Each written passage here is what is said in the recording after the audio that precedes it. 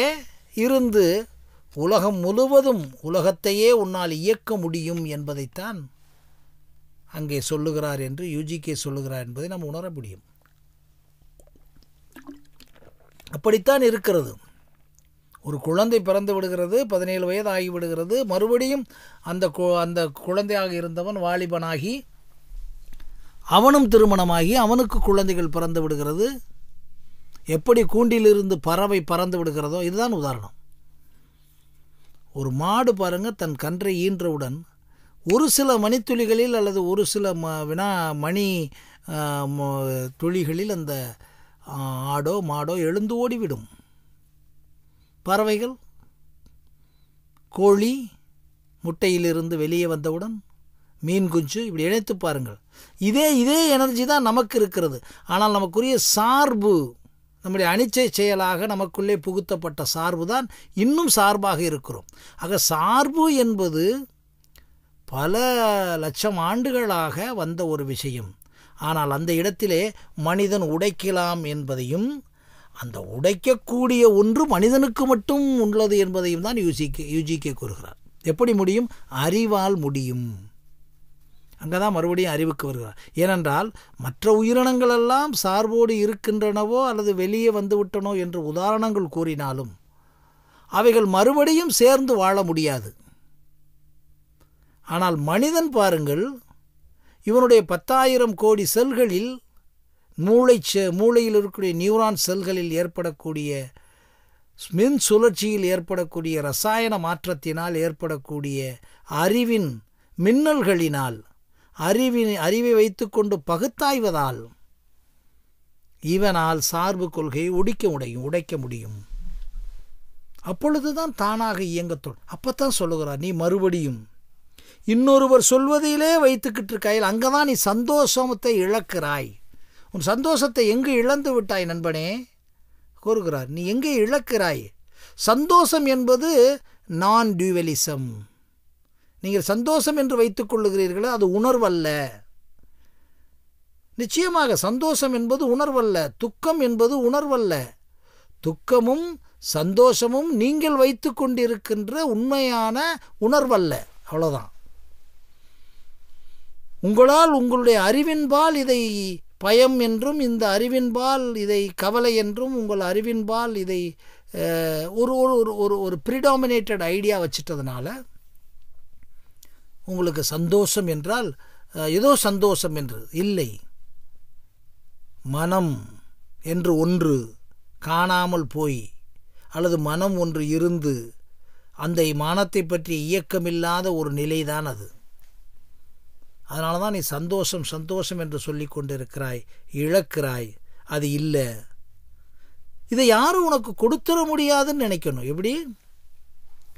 ஏற்கனவே சொன்னது, எல்கையற்றது உனக்குள்ளே இருக்கக்கூடிய, உன்னை சுற்றி இருக்கக்கூடிய அறிவு எல்கையற்றது.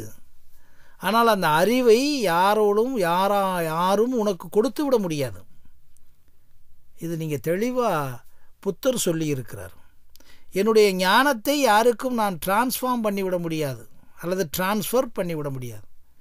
ரமணர் சொல்லியிருக்கிறார். அந்த ஞானம் என்பது அவர்கள் ஒன்றில் அனுபவப்பட்ட ஒன்றுதான். வள்ளுவர், ஞான சம்பந்தர், திருநாவுக்கரசர், இப்படி ஒவ்வொருத்தராக எடுத்துக்கிட்டால் அவங்களுக்கு அனுபவப்பட்ட ஒன்று. அதைத்தான் இவர் சொல்லுகிறார். புத்தர், கிருஷ்ணர் எல்லாருமே அவங்கள் அனுபவப்பட்ட ஒன்று. ஆனால் அது கால மாற்றத்திற்குள்ளே ஒரு மாற்றத்தை உருவாக்கி விடும். அதுதான் இறுதி என்று வைத்துக் கொள்ளாதே என்று கூறுகிறார்.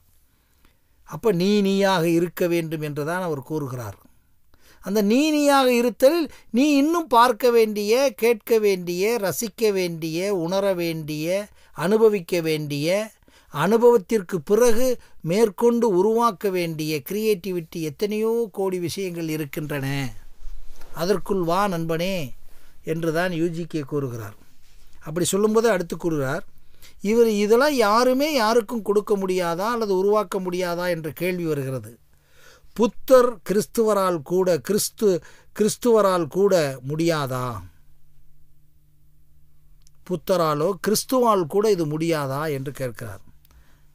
அதற்கு யூஜிக்கு சொல்லுவார், அந்த ஆட்களை பற்றி ஏன் கவலைப்படுகிறீர்கள்?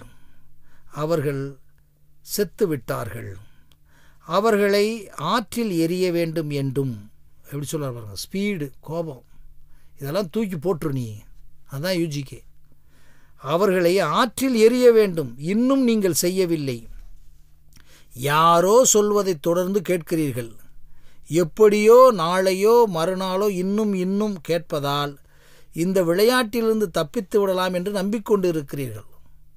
இந்த இடத்துல அப்படியே கம்ப்ளீட்டாக நெகேட் பண்ணுறார் பாருங்க யூஜிக்கு. அவங்கள பற்றி யாராலையும் முடியாது என்பதை நீ முடிவு கொள், உன்னால் தான் முடியும். இவர்கள் விஷயத்தையெல்லாம் நீ தூக்கி எரிஞ்சிரு அப்படின்னு அவர் கோபமாக சொல்லுகிறார். அப்படி அல்ல, நீ இன்னும் அவங்களுடைய விஷயத்திலே போராடிக்கிட்டு இருக்க, இன்னும் உன்னுடைய விஷயத்துக்குள் நீ வரலை. உனக்குள்ளிருந்து என்ன எழுந்து வருகிறதுன்னு நீ ஆகலை. நீயா உள்வாங்க முடியாமல் நீ துடிச்சுக்கிட்டு இருக்க. நீ உள்வாங்கு. உன்னுடைய மூளையிலே உள்வாங்கிய பிறகு ஒரு ரசவாதத்தை கவனி. உன்னிடமிருந்து எழுகின்ற அந்த ஸ்பார்க்கை கவனி. நீ போய் இன்னும் அவங்களோட விளையாண்டுக்கிட்டு இருக்க, இதைத்தான் நம்பிக்கிட்டு இருக்க. உங்கள் பெற்றோர் கூறுவதை பள்ளியில் ஆசிரியர் கூறுவதை கேட்கிறீர்கள். உங்கள் பெற்றோர் கூறுவதை பள்ளியில் ஆசிரியர் கூறுவதை கேட்கிறார்.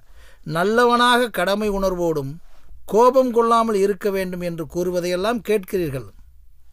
அது எந்த நன்மையையும் செய்வதில்லை. பிறகு எப்படி யோகா செய்வது என்று கற்கிறீர்கள். பிறகு ஒரு தாத்தா வந்து தேர்வற்ற உணர்வு நிலையை அடைவது பற்றி போதிக்கிறார். அல்லது ஆன்மீக வியாபாரம் செய்யும் யாரையாவது கண்டுபிடிக்கிறீர்கள். அவர் அற்புதங்களை செய்கிறார். அவர் காற்றிலிருந்து நகைகளை தருவிக்கிறார். நீங்கள் மயங்கி விடுகிறீர்கள். அல்லது உங்களை அவர் தொடுகிறார்.